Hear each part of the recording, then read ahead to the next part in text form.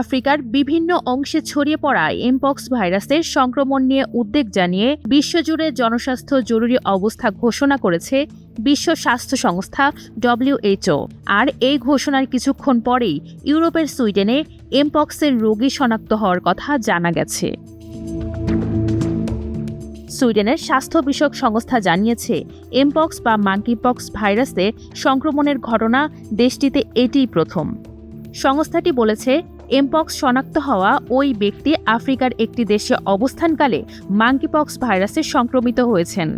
বিশ্ব স্বাস্থ্য সংস্থার প্রধান জানান, আফ্রিকা ও এর বাইরের দেশগুলোতে এমপক্স আরও ছড়িয়ে পড়ার আশঙ্কা খুবই উদ্বেগজনক। পাকিস্তানে 15 আগস্ট একজন ও 16 আগস্ট আরও 2 ব্যক্তির শরীরে ভাইরাসটি শনাক্ত হয়েছে।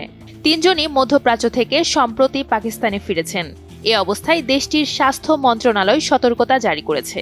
এদিকে এই এমপক্স নিয়ে সতর্কতা দিয়ে হটলাইন চালু করেছে বাংলাদেশ। কারো শরীরে এর লক্ষণ দেখা দিলে অথবা আক্রান্ত ব্যক্তির সংস্পর্শে এলে অথবা সংক্রমিত দেশ ভ্রমণের 21 দিনের মধ্যে এই লক্ষণ দেখা দিলে 16263 অথবা 10655 নম্বরে যোগাযোগ করতে বলেছে স্বাস্থ্য অধিদপ্তর। এমপক্সের জন্য দায়ী মাঙ্কিপক্স ভাইরাস প্রথম পশু থেকে মানুষে সংক্রমিত হয়, কিন্তু বর্তমানে মানুষ থেকে মানুষেও সংক্রমণ ঘটছে।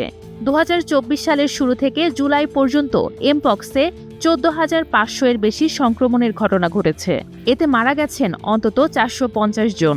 আন্তর্জাতিক অঙ্গনের আরও খবরাখবর জানতে ভিজিট করুন prothomalo.com/video, ফলো করুন প্রথম আলোর ফেসবুক পেজ ও সাবস্ক্রাইব করুন প্রথম আলোর YouTube channel. Zariyat Haider, desk report.